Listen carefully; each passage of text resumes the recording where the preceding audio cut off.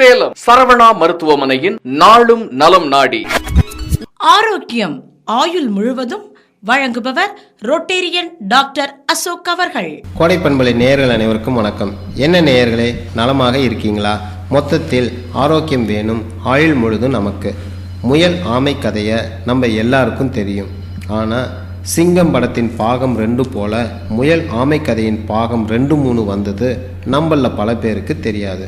தூங்கிய முயலை போட்டியில் ஆமை முந்திய பிறகு 2 பேரும் பேசி ஒரு உடன்படிக்கைக்கு வந்தார்கள். எதுக்கு? தேவையில்லாமல் நமக்குள் போட்டி போட்டுக்கொண்டு. ஆற்றை கடக்கும்போது ஏன் முதுகுல நீ ஏறிக்க என்றது ஆமை. ஆற்றை கடந்த பின்பு ஏன் முதுகுல நீ ஏறிக்க என்றது முயல்.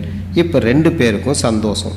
இதைத்தான் வின் வின் ஃபார்முலா என்று MBA மாணவர்களுக்கும் கார்ப்பரேட் முதலாளிகளுக்கும் வகுப்பு எடுக்கிறாங்க. பல கம்பெனிகளை ஒன்றுக்குள் ஒன்றாக இணைப்பதும் பிரிப்பதும், ஒரே அலுவலகத்தை காலையில் ஒரு கம்பெனியும் மாலையில் ஒரு கம்பெனியுமாக இயங்குவதும், ஒரே கல்லூரியை காலை ஒரு ஷிஃப்ட்டு மாலை ஒரு ஷிஃப்டாக செயற்படுத்துவதும் வின் வின் ஃபார்முலாவுக்கு, அதாவது உனக்கும் வெற்றி எனக்கும் வெற்றி என்பதற்கான உதாரணம். இதைத்தான் ஆல்பர்ட் ஐன்ஸ்டீன் சொன்னார். உன்னிடம் என்னிடமும் ஆளுக்கு ஒரு ஆப்பிள் இருந்தால் அதை ஒருவருக்கு ஒருவர் பரிமாற்றிக்கொண்டால் 2 பேரிடமும் ஆளுக்கு ஒரு ஆப்பிள் தான் இருக்கும். இதுவே உன்னிடம் ஒரு யோசனையும் என்னிடம் ஒரு யோசனையும் இருந்து பரிமாறிக்கொண்டால் ஆளுக்கு ஒரு புது யோசனைகள் கிடைக்கும் என்று அழகாக கூறியிருக்கிறார். இதை போலத்தான் சர்க்கரை நோயாளர்கள் உடற்பயிற்சியையும் யோக பயிற்சியையும் இணைத்தே செய்ய வேண்டும். அறிவியலையும் பாரம்பரிய அறிவையும் முறையாக கலக்க வேண்டும். உடற்பயிற்சி செய்யுங்க, டென்ஷனை குறைங்க என்று பொதுவாக டாக்டர் சொல்லும்போது நிறைய பேருக்கு அதில் ஒரு தெளிவு இல்லாமல் இருப்பதால் எப்படி சொந்தங்களும் பந்தங்களும் அதற்கெல்லாம் ஒரு முறை இருக்குல்ல என முறுக்கிக் கொள்வதை போல உடற்பயிற்சிக்கும் சில முறைகள் உள்ளது. நன்றாக கவனியுங்கள். உங்கள் வயது, உடல் எடை, செய்யும் தொழில், உட்கொள்ளும் மருந்து, தற்போதைய சர்க்கரை அளவு பொறுத்து தரமான உடற்பயிற்சி அட்டவணை தயார் செய்யுங்கள். சர்க்கரை நோயாளர் உடற்பயிற்சிக்கு முன் முளைக்கட்டிய பயறு அல்லது சிறிது ராகி அல்லது கம்பு அல்லது சப்பாத்தி அல்லது 2 பிஸ்கட் துண்டுகள் சாப்பிட வேண்டும். உங்கள் பாக்கெட்டில் அவசர தேவைக்கான அலைபேசி எண், சில சாக்லேட்டுகள் எப்பவும் எதற்கும் இருக்கட்டும். உடற்பயிற்சியை ஒரு தவமாக மேற்கொள்ளுங்கள். காது கிளிய அரட்டை அடித்து கொண்டும் தொலைக்காட்சியில் வரும் சீரியல் நிகழ்வுகளை சீரியஸாக கருத்து பரிமாற்றம் செய்வதும், அலங்கோல அரசியலை ஆய்வதும், குறைகள் பேசுவதையும் தவிர்க்கவும்.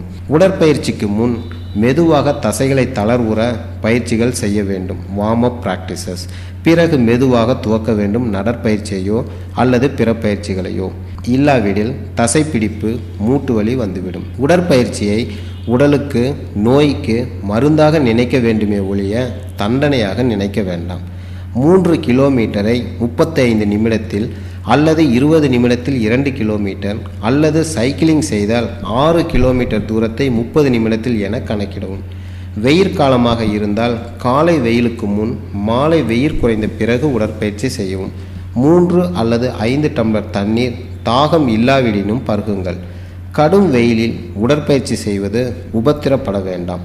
நன்றாக நினைவில் கொள்ளுங்கள், உடற்பயிற்சி இல்லாமல் வாழ்வது தினசரி 1 பாக்கெட் சிகரெட் பிடிப்பதற்கு சமம் என்றும், எப்படி உப்பு தண்ணீர் வரும் குழாயில் உப்பு படுகிறதோ அப்படி இரத்த குழாயில் கொழுப்பும், எலும்பு தேய்மானம், மனச்சோர்வு, உடல் பருமன், குடல் புற்று, பக்கவாதம், இன்சுலின் மருந்து வேலை செய்யா நிலை, நோய் எதிர்ப்பு சக்தி குறைந்து காச நோய், பூஞ்சை தொற்று, நிமோனியா மற்றும் பிற தொற்று நோய்க்கு ஆளாவோம் என்ற உரத்த சிந்தனையை உரசுங்கள்.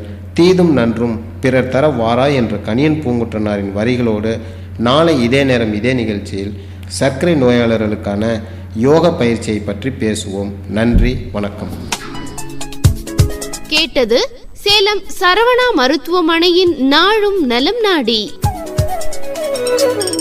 ஆரோக்கியம் ஆயுள் முழுவதும் வழங்கினார் ரோட்டேரியன் டாக்டர் அசோக் அவர்கள். உங்கள் மனதை நீங்கள் அறியும் வகை தெரிந்தால் உலகத்தில் உங்களால் சாதிக்க முடியாது ஏதும் இல்லை.